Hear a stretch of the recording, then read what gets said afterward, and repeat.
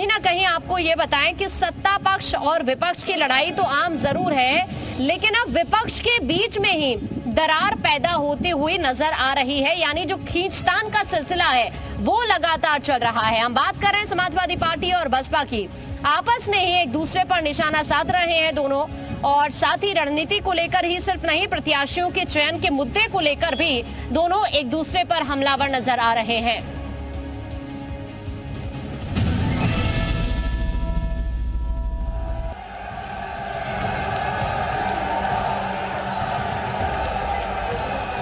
UP में लोकसभा की लड़ाई खासतौर से बीजेपी और सपा के बीच है, लेकिन इस जंग का तीसरा किरदार बहुत ही जोरदार है।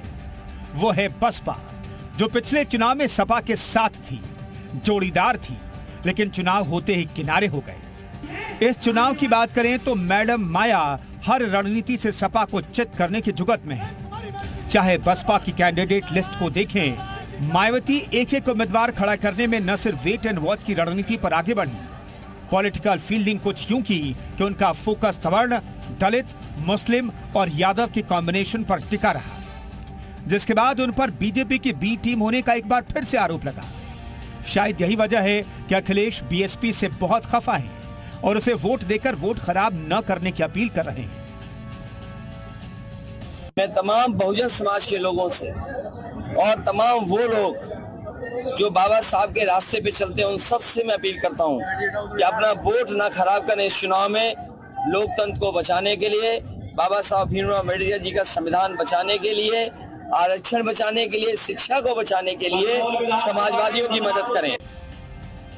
कहा जा रहा है कि जौनपुर में तो धनंजय सिंह की पत्नी श्रीकला का टिकट काटकर बसपा ने बीजेपी के रास्ते का सबसे बड़ा कांटा हटा दिया और पूर्व सांसद श्याम सिंह यादव को प्रत्याशी खड़ा कर सपा के वोट में सेंधमारी कर दी। वहीं सपा बसपा के बीच एक और खींचतान जाटव वोट बैंक को लेकर के है।